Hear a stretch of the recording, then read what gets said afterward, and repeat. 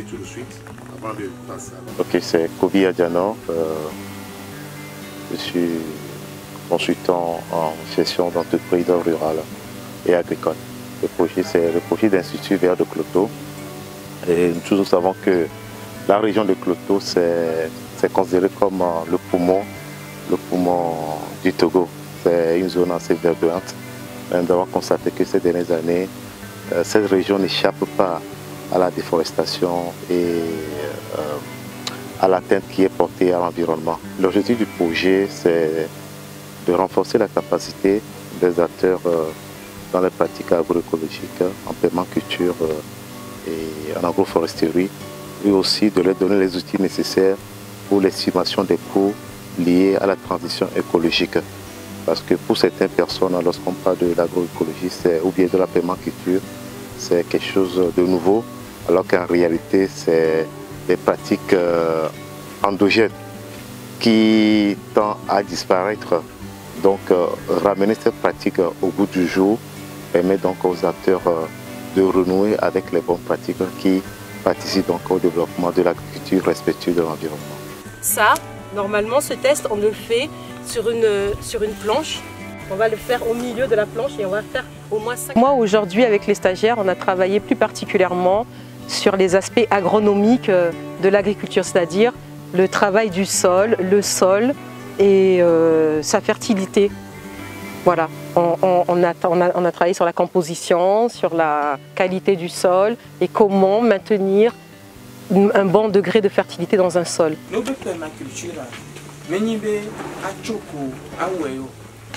C'est un mode de vie. Moi, je définis comme ça simplement la permaculture. C'est un mode de vie, tout court. Un mode de vie basé sur l'observation. La permaculture, en gros, je dis que c'est un mode de vie.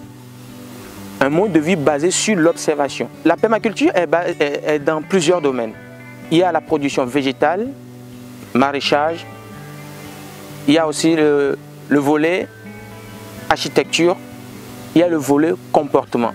Le but de cette formation est d'amener nos agriculteurs à reprendre les pas de nos arrière-grands-pères. Et la permaculture a aussi ses principes.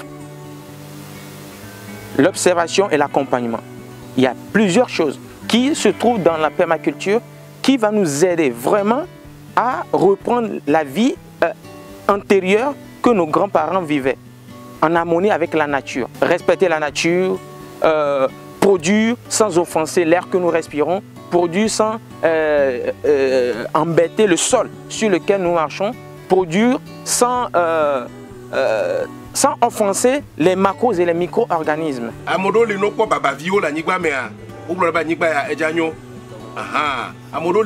Je m'appelle Firmin Gossi Habia. Je suis exploitant agricole, participant à la formation d'aujourd'hui. Je vais dire que la formation a été vraiment bien choisie en ce moment où ça nous a permis d'apprendre pas mal de choses dans la production agricole sans détruire l'environnement. Depuis hier jusqu'à aujourd'hui, nous avons appris pas mal de choses. Ça va nous permettre de changer nos mentalités, surtout nos comportements aussi vis-à-vis de l'écosystème si nous sommes en train de produire. Donc je vais dire que c'est très bénéfique, la formation. La complémentarité des espèces et l'utilisation efficace des ressources naturelles dans une logique d'économie. Tout d'abord, je vais remercier l'association Culture Tougeta qui a organisé cette séance de formation. Ils se sont souvenus de notre village pour demander les candidats qui vont suivre la formation et je suis représenté.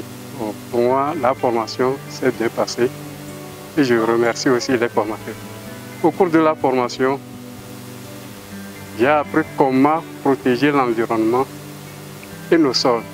Dans ce sens, on nous a dit l'utilisation des plastiques, comment ça pollue l'environnement et aussi comment nous devons protéger nos terrains et les bois que nous coupons de façon anarchique à conserver l'environnement. Je n'ai pas l'habitude de pratiquer les produits chimiques dans mon champ et je suis intéressé par cette formation pour développer ma connaissance sur la biodiversité. L'argile, sa taille, elle est inférieure. Tout ce qui est inférieur à 2 mm, c'est classé en argile. On classe les différentes particules par rapport à leur taille. Oui, aujourd'hui, je vais dire que un agriculteur aujourd'hui qui veut produire bien et en grande superficie doit mobiliser des fonds. Et souvent, ces fonds proviennent souvent des microfinances, bien des prêts à la banque. Mais malheureusement, à la production, le climat agit négativement et nous perdons. Le rendement n'est pas ça. Et on est coincé. Comment faire pour rembourser les crédits agricoles? Trop de pluie au moment où on n'attend pas la pluie. Pénurie de pluie au moment où on en a besoin. Ça fait que ça ne va pas. Ça agit sur le rendement vraiment et que ça ne donne pas. C'est devenu casse-tête pour nous les exploitants agricoles.